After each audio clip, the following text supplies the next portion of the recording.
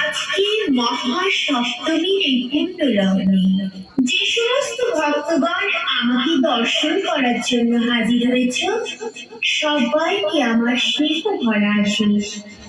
আমার সমস্ত ভক্তগণকে আশীর্বাদ করি, তোমাদের চলার পথ উজ্জ্বলময় হয়ে উঠবে, সবার পরিবার খুশিতে ভরে উঠবে, কর্মক্ষেত্রে তোমরা পাবে অগাধ সাফল্য, প্রত্যেকের সন্তান থাকবে দুঃখে ভাগে। ভক্তগণ, যদি কারো জীবনে কোনো সমস্যা থাকে আমাকে মনে মনে জানিয়ে দাও, তোমাদের জীবনের কঠিন থেকে কঠিনতম সমস্যার সমাধান আমি করে দেব।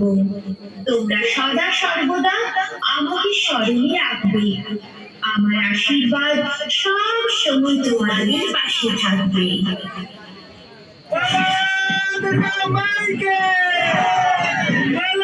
दुर्गा माई के